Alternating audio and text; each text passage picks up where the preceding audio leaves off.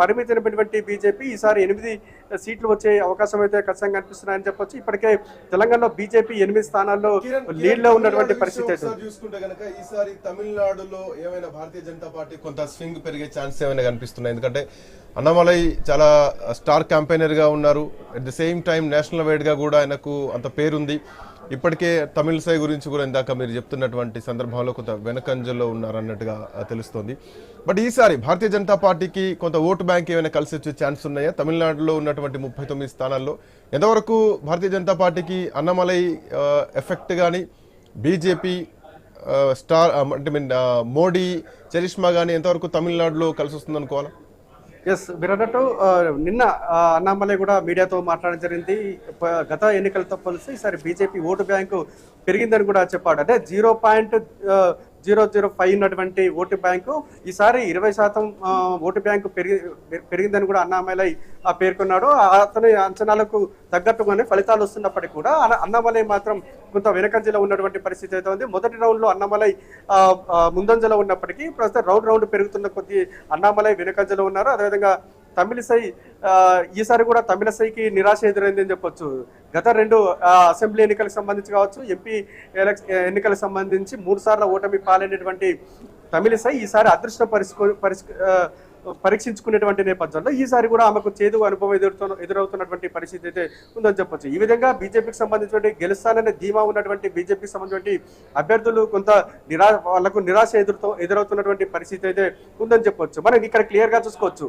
Exit poll అంచనాలు కొంత తలకిందులు అవుతున్నట్టు కూడా తెలుస్తా ఉంది. ఎందుకంటే ఎగ్జిట్ పోల్ లో చాలా ప్రముఖ సర్వే సంస్థలన్నీ కూడా 350 నుంచి 400 సీట్ల వరకు ఎన్డీఏకు వస్తుందని కూడా అంచనా వేశాయి. కానీ ఇక్కడ పరిస్థితులు గమనిస్తే మాత్రం 290 నుంచి 300 సీట్లకే పరిమితం అవుతున్నటువంటి పరిస్థితి అయితే ఉంది. ఇప్పటికే సగం రౌండ్లకు పైగా ముగిసినటువంటి పరిస్థితి ఉన్న నేపథ్యంలో ఇంకా చివరి రౌండ్ వరకు ఇదే ట్రెండ్ కొనసాగుతుందా, ఇంకా బీజేపీకి సీట్లు పెరుగుతాయా లేకుంటే ఇంకా తగ్గుతుందా అని మాత్రం కొంత సస్పెన్స్ గా మారుతున్నటువంటి పరిస్థితి అయితే ఉంది. చాలా సెగ్మెంట్లలో బీజేపీ సంబంధించి కాంగ్రెస్ సంబంధించి ఇద్దరు అభ్యర్థుల మధ్య చాలా సెగ్మెంట్లలో పోటాపోటీ హోరావరి పోరు నడుస్తున్నటువంటి నేపథ్యంలో చివరి రౌండ్ వరకు ఏ పార్టీ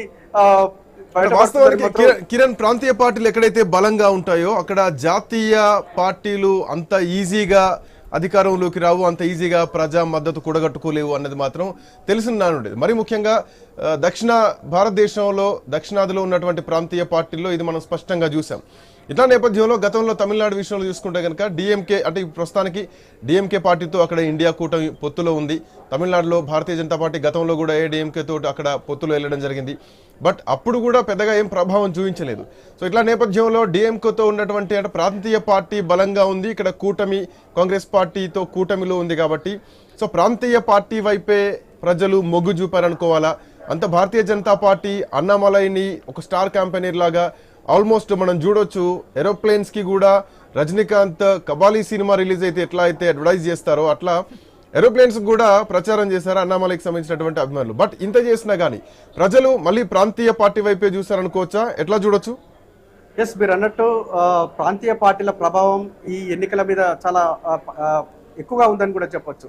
కానీ ప్రాంతీయ పార్టీల ప్రభావం కొన్ని చోట్ల కాంగ్రెస్ కు కలిసి వస్తే కొన్ని చోట్ల బీజేపీ కలిసి వచ్చినటువంటి పరిస్థితి అయితే ఉందని చెప్పొచ్చు. ఉదాహరణకు మనకు ఏపీ ఎలక్షన్స్ చూసుకోవచ్చు. ఏపీలో పోయినసారి బీజేపీ బోని కొట్టలేదు, కానీ ఈసారి టీడీపీ జనసేనతో జతగట్టింది. ఇప్పుడు అక్కడ 20 నుంచి 25 సీట్లు ఉన్నటువంటి 25 పార్లమెంటరీ సెగ్మెంట్లకు సంబంధించి 20 స్థానాల్లో కూటమి విజయం సాధిస్తుంది. అంటే ఈ పరిణామం బీజేపీకి అడ్వాంటేజ్ అయింది. ఇక తమిళనాడు విషయానికి వస్తే తమిళనాడులో డిఎంకే పార్టీ చాలా బలంగా ఉంది. గత ఎన్నికల్లో చూసుకున్నట్లయితే గత ఎన్నికల్లో 30 స్థానాలు వచ్చినటువంటి డిఎంకే ఈసారి కూడా 38 స్థానాల్లో దూసుకుపోతాం ఉన్నటువంటి పరిస్థితి అయితే ఉంది. ఈ డిఎంకే సంబంధించి ఇండియా కూటమిలో ఉంది కాబట్టి ఇక్కడ ప్రాంతీయ పార్టీ కాంగ్రెస్ పార్టీకి కలిసి వచ్చినటువంటి అంటే ఇండియా కూటమికి కలిసి వచ్చినటువంటి అంశం అని చెప్పొచ్చు. ఇట్లా చాలా రాష్ట్రాల్లో ప్రాంతీయ పార్టీకి సంబంధించి కొన్ని కీలకమైనటువంటి పార్టీలు కొన్ని చోట్ల బీజేపీకి అడ్వాంటేజ్ కాగా కొన్ని చోట్ల మాత్రం కాంగ్రెస్ పార్టీకి అడ్వాంటేజ్ అవుతున్నటువంటి పరిస్థితి అయితే ఉంది. కొన్ని చోట్ల మాత్రం తెలంగాణ ఫలితాలే రిపీట్ అవుతున్నటువంటి పరిస్థితి మనం చూస్తా ఉన్నాం. మొత్తానికైతే బీజేపీకి సంబంధించిన అంచనాలు కొంత తలకిందులైనట్టు కూడా తెలుస్తా ఉంది.